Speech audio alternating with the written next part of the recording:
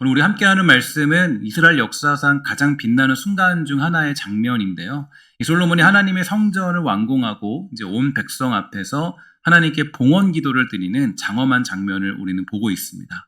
역대하 6장은 바로 그때 올려드린 기도의 내용인데, 이 금과 백항목으로 지어진 웅장한 성전, 또 온 이스라엘 회중이 모인 영광스러운 자리, 또 그리고 그 중심에 서서 하늘을 향해 두 팔을 벌린 왕 솔로몬. 모든 것이 완벽해 보이는 이 순간, 우리는 이 기도가 과연 무엇을 위해서, 누구를 위해서 드려지고 있는지 깊이 들여다볼 필요가 있을 것입니다. 왜냐하면 역대기는 단순히 과거의 영광을 회상하는 책이 아니라, 이 책이 쓰여진 목적은 이 바벨론 포로 생활에서 돌아왔지만 이 참담한 현실을 마주한 백성들을 위해서 기록된 책이기 때문인데요. 그 나라도 왕도 성전도 모두 잃어버리고 돌아온 그들에게 우리는 여전히 하나님의 백성인가라는 그 질문이 그들에게 다가오게 되었습니다. 이제 모든 것을 잃었기 때문에 나는 그래도 여전히 하나님 백성인가? 또 모든 것들이 부족해 보이기 때문에 이게 하나님 백성으로서 나는 살아갈 수 있는가? 이런 질문을 가지고 있던 순간에 거기에 대해서 답해준 책이 바로 역대기다라고 얘기할 수가 있을 텐데요. 따라서 우리는 이 솔로몬의 화려한 기도를 이 모든 것을 잃어버린 자들의 귀로 이렇게 들을 필요가 있게 되죠. 그럴 때 비로소 이 본문이 품고 있는 진짜 위로와 이 소망이 드러나기 시작하게 될 것입니다. 먼저 12절과 13절을 보면 이렇게 나타나 있습니다. 솔로몬이 여호와의 제단 앞에서 이스라엘의 모든 회중과 마주서서 그의 손을 펴니라. 솔로몬이 일찍이 노수로 대를 만들었으니 길이가 5규빗이요 너비가 5규빗이요 높이가 3규빗이라. 뜰 가운데 두었더니 그가 그 위에 서서 이스라엘의 모든 회중 앞에서 무릎을 꿇고 하늘을 향하여 손을 폈다라고 하면서 이 내용이 시작되고 있습니다. 솔로몬이 여호와의 제단 앞에서 온 회중과 마주서서 이제 손을 펴게 되는데요. 그런데 역대기 저자는 열왕기서에 없는 아주 독특한 장면을 여기에 그려넣게 되었죠. 여러분들 혹시 이것과 열왕기서를 비교해 보신 분들 있을까요? 이 내용이 똑같이 있는데 이 내용을 살펴보면 굉장히 재밌는 장면이 역대기에는 등장하고 있습니다. 그건 뭐냐면 바로 이 놋단상이 등장하고 있는데, 이 솔로몬은 이 미리 만들어둔 놋단상 위에 올라섰을 때 그때 그 자리는 이제 왜 만들었냐면 이 모든 백성이 이제 왕을 볼 수 있도록 그렇게 높임받는 자리가 놋단상이라고 얘기할 수 있겠죠. 근데 그 영광의 정점에서 그가 한 행동이 뭐냐면, 이 왕이라고 한다면 이제 인정받고 높임을 받아야 되는데 그 왕이 한 행동에 대해서 성경은 이렇게 보여주고 있습니다. 뭐라 그러냐면 회중 앞에서 무릎을 꿇고 하늘을 향하여서 손을 폈다, 이렇게 얘기해주고 있지 않습니까? 이것은 굉장한 역설이다라고 얘기할 수 있는데, 세상의 왕은 자신의 권력을 과시하기 위해서 이 높은 곳에 서서 군림하고 선포하게 되는 게 사실이죠. 그래서 내가 어떤 자리에 있으면 그 자리를 굉장히 이 높은 자리를 여기는 그런 상황들을 맞이할 수가 있게 됩니다. 그러나 하나님의 백성을 대표하는 왕, 이 왕은 가장 높은 곳에서 가장 낮은 자세, 즉 무릎을 꿇는 겸손의 자세를 취해주고 있는데요. 역대기 저자는 이 모습을 통해서 이스라엘의 진짜 힘과 권위가 어디에부터 시작되는지를 정확하게 보여주고 있다라는 것이죠.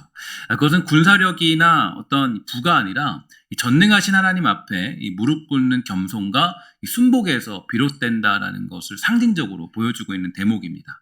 이것은 이미 신명기에서부터 하나님께서 이스라엘 왕에게 요구하신 모습이 있었는데요. 신명기 17장 18절과 20절에 보면 이런 말씀이 있어요. 그가 왕위에 오르거든 이 율법서의 등사본을 레위 사람 제사장 앞에서 책에 기록하여 평생에 자기 옆에 두고 읽어 그의 하나님 여호와가 경외하기를 배우며 이 율법의 모든 말과 이 규례를 지켜 행할 것이라. 그리하면 그의 마음이 그의 형제 위에 교만하지 아니하고 이 명령에서 떠나 좌로나 우로나 치우치지 아니하니니 이스라엘 중에서 그와 그의 자손이 왕위에 있는 날이 장구하니라.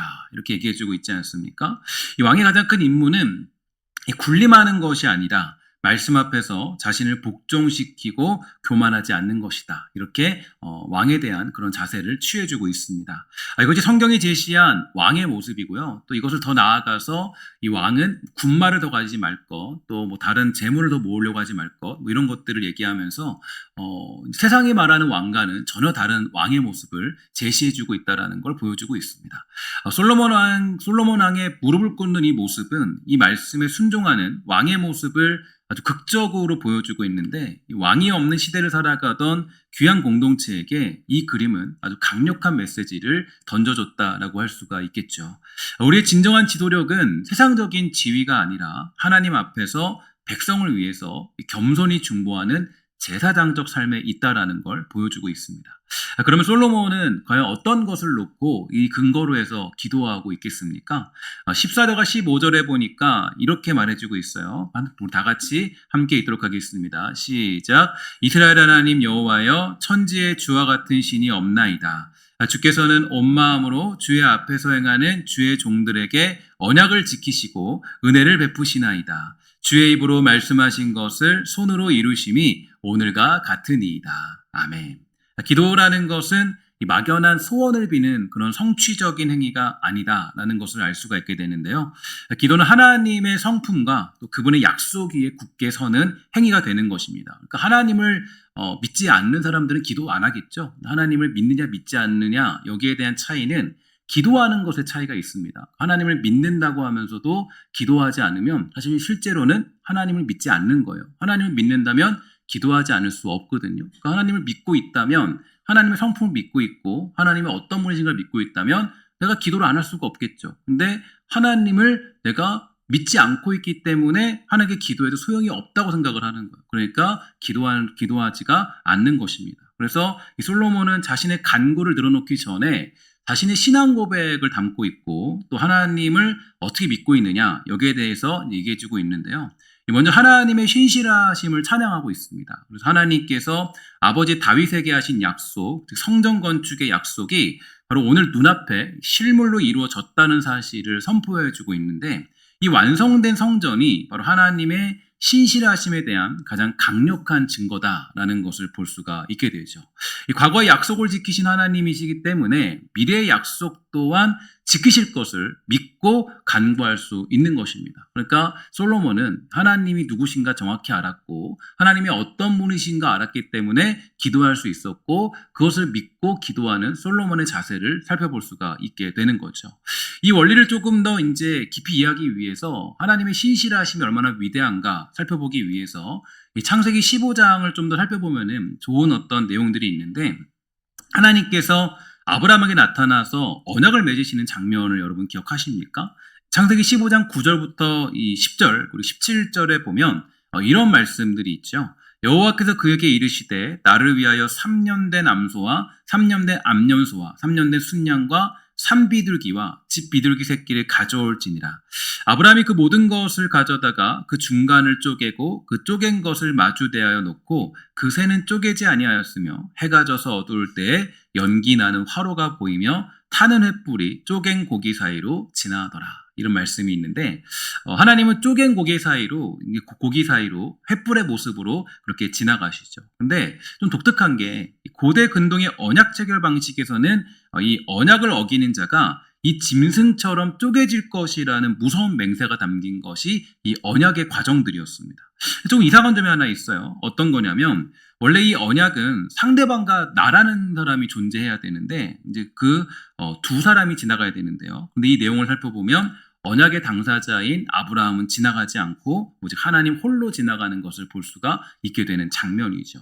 이게 의미하는 것은 뭐냐? 이 언약의 성패가 아브라함의 신실함이 아니라 전적으로 하나님의 신실하심에 달려 있다라는 것을 보여주고 있는 대목입니다. 그래서 하나님께서 자신의 이름을 걸고 이 약속을 내가 반드시 이루어내겠다라는 그 약속이 여기에 담겨져 있는 것이죠. 솔로몬의 기도가 바로 여기에 담겨져 있습니다. 우리가 하나님 앞에 기도할 수 있는 이유, 하나님의 신실하심을 믿고 있다면 우리는 하나님 앞에 기도할 수 있는 거죠. 그러니까 이 솔로몬도 기도할 때 하나님의 신실하심이 있기 때문에 그 신실하심을 따라서 기도하는 그 모습을 볼 수가 있게 되는데요. 이 아브라함에게 약속하시고 홀로 그 약속을 보증하셨던 그 하나님, 다윗에게 약속하시고 친히 그 손으로 성전을 이루신 그 하나님께 지금 기도하고 있는 것입니다. 그러니까 이 기도라는 게 우리가 그냥 막 내가 하고 싶은 얘기하고 내가 뭐 그냥 막 이렇게 뭐 떼쓰고 걷어내고 이런 게 아니라 기도라는 것은 굉장히 신학적인 의미가 담겨져 있고 우리의 신앙 고백들이 담겨져 있고 또 우리가 어떤 것을 이제 기도하고 고백하느냐 이것은 굉장히 우리에게 중요한 메시지가 되는 것이 되기도 하고요. 또 한 가지는 이 기도할 때 어떤 근거를 가지고 기도하느냐. 되게 제가 하나님에 대해서 연구를 해보고 또 신앙에 대해 연구해 보면 하나님은 이제 굉장히 논리적인 분이신 것 같아요. 논리적인 분이시고 또 뭐 보통 이렇게 논문 같은 거 이렇게 써보면은 다 근거가 다 있잖아요. 근데 이제 보면 하나님도 근거 없이 일하시는 분은 아니시고 항상 모든 것들이 근거가 있습니다. 그러니까 내가 기도응답 받지 못하는 이유도 근거가 있어요. 그러니까 여러분들과 제가 뭐 하나님이 뭐 그냥 능력이 없어서 여러분들의 기도를 들어주지 않는 게 아니라 그 응답해주지 않겠다라는 근거들이 다 있어요. 내가 너 육적으로 구하는 건 응답해주지 않겠다. 정확하게 말씀했는데 우린 때를 쓰죠. 내놓으십시오 하나님하고 때를 쓰는 거. 안 내놓으면 시험 들어서 하나님 떠나요. 이게 이제 우리들의 모습들이에요. 그러니까 이제 이게 하나님 앞에 이제 살아갈 때 여러분들이 그래서 이 성경을 이렇게 잘 읽으셔야 돼요. 그래서 여러분 우리 교회에 잘 오셨는데 말씀을 잘 묵상하고 또 이제 바르게 예수 믿는 게 중요합니다. 어쨌든 솔로몬의 기도가 바로 신실하신 하나님을 향한 기도가 되는데 이 아브라함에게 약속하시고 홀로 그 약속을 보증하셨던 그 하나님, 다윗에게 약속하고 친히 그 손으로 성전을 이루신 하나님께 기도하고 있습니다. 그러므로 우리의 기도 역시 마찬가지다라고 얘기할 수 있는데요. 우리의 열심이나 자격이 기도의 근거가 될 수 없어요. 그러니까 우리가 보통 하나님께 기도할 때 내가 이렇게 열심히 기도했는데 왜 응답 안 해주시죠? 라고 할 때가 있지 않습니까? 그거는 근거가 될 수 없어요. 그러니까 만약에 그렇다면 우리의 구원도 여러분의 노력으로 이루어져야 됩니다. 근데 구원은 우리의 노력으로 이루어진 게 아니죠. 하나님의 언약 가운데 약속 가운데 하나님이 그 구원을 이뤄내신 거 아니겠습니까? 기도의 근거는 어딨냐면 그러니까 내가 열심히 매달렸기 때문에 내가 기도할 수 있는 게 아니라 어제도 신실하셨고 오늘도 신실하시고 영원토록 신실하신 하나님의 약속, 그분의 변치 않는 성품이 바로 우리가 기도할 수 있는 유일하고도 충분한 근거가 된다라는 것이죠. 이제 솔로몬은 위대한 신학적인 질문을 하나 던지는데요. 18절에 보니까 이렇게 얘기하고 있습니다. 함께 다 같이 읽도록 하겠습니다. 시작. 하나님이 참으로 사람과 함께 땅에 계시리이까 보소서 하늘과 하늘들의 하늘이라도 주를 용납하지 못하겠거든 하물며 내가 건축한 이 성전이오리까. 아멘. 성전의 본질에 대한 정확한 이해와 선포가 나타나고 있는데요. 성전은 하나님을 가두는 집이 아니었습니다. 온 우주보다 크신 하나님을 어찌 돌과 나무로 만든 건물 안에 담을 수 있을까요? 그러면 성전의 목적이 뭐냐? 왜 성전을 지었느냐? 이유가 뭔가 보니까요. 19절부터 21절까지에 보면 그 답이 제시되고 있습니다. 우리 함께 19절부터 21절까지 말씀을 함께 다 같이 읽도록 하겠습니다. 시작. 그러나 나의 하나님 여호와여 주의 종의 기도와 간구를 돌아보시며 주의 종이 주 앞에서 부르짖는 것과 비는 기도를 들으시옵소서. 주께서 전에 말씀하시기를 내 이름을 거기에 두리라 하신 곳 이 성전을 향하여 주의 눈이 주야로 보시오며 종이 이곳을 향하여 비는 기도를 들으시옵소서. 주의 종과 주의 백성 이스라엘이 이곳을 향하여 기도할 때 주는 그 간구함을 들으시되 주께서 계신 곳 하늘에서 들으시고 들으시사 사하여 주옵소서. 아멘.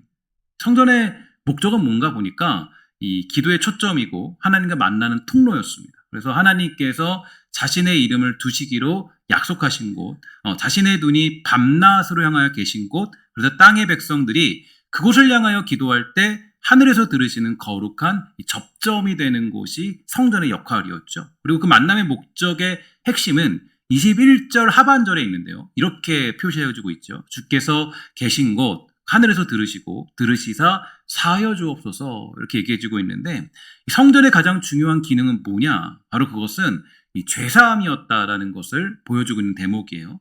성전은 처음부터 완벽한 의인들을 위해서 설계된 공간이 아니라 오히려 넘어지고 실패할 수밖에 없는 연약한 죄인들을 위해서 설계된 공간이 성전이라는 겁니다. 그래서 인간의 실패를 전제하고 그럼에도 불구하고 돌이켜서 기도하면 듣고 용서하겠다라는 하나님의 은혜가 내장된 곳이 바로 성전이 주는 가장 중요한 역할이자 본질이 되는 것이죠.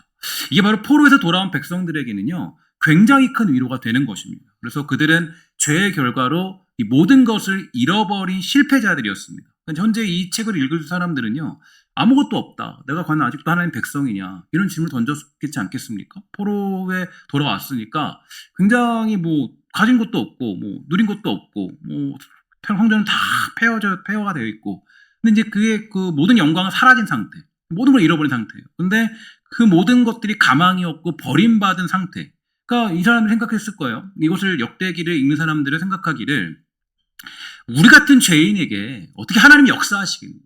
우리 같은 사람들에게. 그러니까 우리가 하나님 버리고 떠나서 망해버렸는데 우리가 어떻게 하나님 앞에 은혜를 누리겠느냐. 그러니까 어떻게 우리가 지금 이 모양 이 꼴인데 하나님의 능력을 누리는 게 옳은 거냐. 우리 그 생각을 많이 하잖아요. 그런 생각을 했을 거란 말이에요.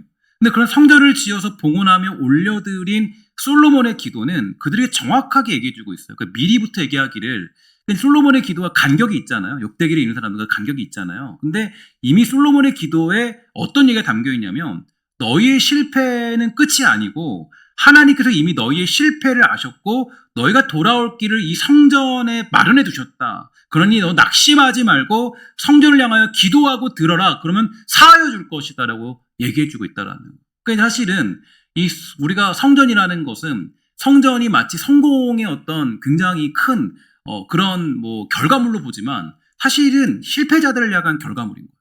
그러니까 이제 이것은 이 성전이 지어진 게 우리가 성전을 지었으니 야 이게 대단한 성전이고 솔로몬이 굉장히 성전을 잘 지었다. 야 이게 성공의 정점이구나 라고 생각하지만 실제로는 역대기에서 이 성전을 읽을 때, 이 솔로몬에 대한 이야기를 읽을 때, 당시에 읽을 때, 그때 에스라가 썼든지 모두 썼겠죠. 썼는데 그때 썼을 때 이 성전을 표시하면서 뭘 얘기하냐면 야 너희들을 위해 준비한 것이 바로 이 성전의 개념이었다. 그러니까 너희들이 지금 여기서 복받는 것은 너희들이 뛰어나기 때문이 아니라 너희들이 실패자인 걸 아시고 하나님이 이미 미리서부터 이것들을 준비해 두셨다라는 것을 보여주는 대목이 솔로몬의 기도라는 걸 보여줄 수가 있게 됩니다. 그래서 이 원리는 24절과 25절의 구체적인 간구에서 더욱더 명확해지는데요. 그 내용을 보면 백성이 범죄하여서 적국에게 패했을 때, 즉 나라를 잃고 포로가 되었을 때를 향해서 가정한 기도가 됩니다. 되게 독특하죠. 되게 이 장면이 놀라운 게 그러니까 이미 이제 하나님은 아시는 거예요. 얘네들이 패배할 거고 얘네들이 망할 것이고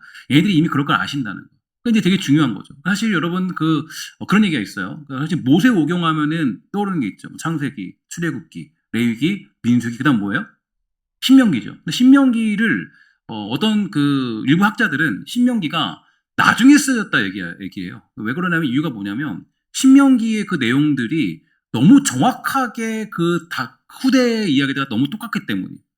그러니까 이제 보면은 그 정도로 모세 오경에는 우리는 다 알고 있는데 후대 사람들은 나중에 쓴 거 아니냐 다 알고 있듯이 그게 아니죠. 이 지금 기도도 보면 솔로몬의 기도도 되게 놀라운 게 이미 이들의 모습을 다 알고 있는 거예요. 하나님 알고 계시는 거예요. 그러니까 보면 24절과 25절의 내용은 이미 이 망해버린 사람들을 향한 기도가 여기에 나타나 있습니다. 그래서 뭐예요? 24절 25절에 보니까 이렇게 되어 있습니다. 돌이켜 주의 이름을 인정하고 주께로 돌아와서 이 성전에서 주께 빌며 간구하거든 주는 하늘에서 들으시고 주의 백성 이스라엘 죄를 사하시고 그들과 그들의 조상들에게 주신 땅으로 돌아오게 하옵소서. 잘 보면 역대기의 상황과 굉장히 맞는 이야기예요. 굉장히 맞는 이야기. 솔로몬의 기도는 분명한데 사실 여러 가지 상황과 현실로 볼 때에 이 글을 읽고 있는 그들을 향한 기도가 이미 이전에 작성된 거예요. 그들의 죄의 결과로 패배했고 모든 것을 잃어버린 상황이었습니다. 아무것도 남지 않은 현실을 경험하고 있는 그런 상황이었어요. 그러나 수백 년 전 솔로몬의 기도가 이미 그들의 회복의 길을 제시하고 있었고 그 길은 뭐냐? 바로 돌이킴, 그 회개와 주의 이름을 인정하는 것, 신앙 고백, 그리고 성전을 향한 기도가 거기에 담겨져 있는 것이죠. 그래서 패배와 포로가 하나님의 최종적인 거절의 표시가 아니라 오히려 회개를 통해서 용서와 회복으로 나아가는 과정의 일부라는 것을 이 기도는 가르쳐주고 있는 거예요. 솔로몬이 지은 돌과 나무로 된 성전은 이제 더 이상 존재하는 건 아닙니다. 이 기도에 담긴 하나님의 약속, 하나님이 신실하게 그 구원을 만들어 가겠다. 그 구원을 완성해내겠다. 그 약속은 사라지지 않은 겁니다. 오히려 더 완전하고 영광스러운 실체를 우리에게 주어졌는데 바로 예수님께서 이 땅에 오셔서 친히 참 성전이 되어주셨다라고 말씀해 주셨죠. 요한복음 2장에서 예수님은 이렇게 얘기하셨습니다. 너희가 이 성전을 헐라. 내가 사흘 동안에 일으키겠다. 예수님이야말로 하나님과 죄인된 인간 사이에 유일하고도 완전한 만남의 장소가 되셨죠. 이제 우리는 건물이 아니라 예수님을 통하여서 그분의 이름을 의지하여 하나님께 나아가는 자리에 설 수가 있게 되는 겁니다. 그분을 향하여 기도할 때 하나님은 들으시고 우리의 모든 죄를 사하여 주시는 줄 믿습니다. 더 나아가 이제는 예수님을 믿는 저와 여러분, 우리 성도들의 공동체가 성령이 거하시는 새로운 성전이 되었는데요. 고린도전서 3장 16절에 보니까 이렇게 얘기합니다. 함께 다 같이 읽도록 하겠습니다. 시작. 너희는 너희가 하나님의 성전인 것과 하나님의 성령이 너희 안에 계시는 것을 알지 못하느냐. 아멘. 이러한 사실을 추정해 볼 때 솔로몬의 기도는 오늘 우리 교회의 정체성이 뭔가 또 우리가 무엇을 위해 부름받았는지를 말해주는 강력한 선언이 될 수가 있다는 거죠. 교회는 세상의 그 어떤 왕보다 높으신 만왕의 앞에서 겸손히 무릎 꿇는 공동체입니다. 하나님이 이루어 가신다. 하나님의 열심.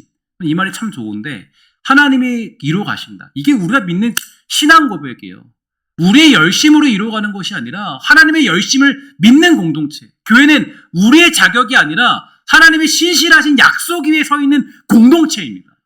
하나님의 열심에 부응하여 우리가 힘을 내는 것은 좋겠지만 내가 하나님의 나라를 내가 마음대로 이뤄가거나 내 열심 위에 교회를 세우면 그때부터는 모든 것들이 무너질 수밖에 없는 거죠. 그래서 교회는 어때요? 교회라는 공동체는 실패하고 상처 입은 세상의 죄인들이 찾아와서 용서와 회복을 경험하는 만남의 장소가 되어야 되는 거고 기도의 집이 되는 것이 교회의 목적이 될 수가 있는 거예요. 그러니까 우리는 우리 역할을 해야 돼요. 그러니까 우리의 본질을 회복해야 된다는 거예요. 그러니까 우리의 삶이, 우리의 교회가 바로 오늘 본문에 나타나 살아있는 성전으로서의 정체성을 회복하기를 우리는 소망할 필요가 있다는 거예요. 성전은 이미 지어질 때부터 연약한 자들과 실패한 자들, 또 정말 상처 입은 자들, 부족한 자들의 모임이 성전을 향한 배려였습니다. 때로는 근데 우리가 보면 이 교회라는 건물도요, 어떤 자리에 있냐면 교회라는 건물도 우리의 위상을 드높이고 우리가 얼마나 대단한지 봐라. 성공의 결과물이 아니라 사실은 실패의 결과물이에요. 실패한 자들이 올 수 있는 곳이 교회가 되는 거예요. 상처 입은 자들이, 마음 아픈 자들이, 죄를 지은 자들이 올 수 있는 곳이 교회가 되어야 되는 거죠. 때로는 근데 교회라는 곳이 너무 그럴싸한 사람들만 모임이 되는 것 같아요. 제가 한번 얘기했죠. 마지막으로 말씀드리면 그 젊은 청년들이요. 그 한 25, 6쯤 되면요. 그러면 하는 게 있대요. 어떻게 하냐면은 이제 교회를 다니든 안 다니든 뭐 작은 교회를 다니다가도 아니면 뭐 교회를 안 다니다가도 어딜 가냐면은 이제 큰 교회로 간다는 거예요. 큰 교회 가면은 이제 뭐가 있냐면 거기에 괜찮은 신랑 신부감이 거기에 좀 있다라는 거예요. 왜냐면 이제 큰 교회에는 조금 이제 뭐 소위 말해서 좀 가문이 좀 괜찮은 사람 좀 있고 조금 직업도 좀 좋은 사람이 많다는 거예요. 사람들이 직업이 좋은 사람들이 이렇게 많이 있다라는 거예요.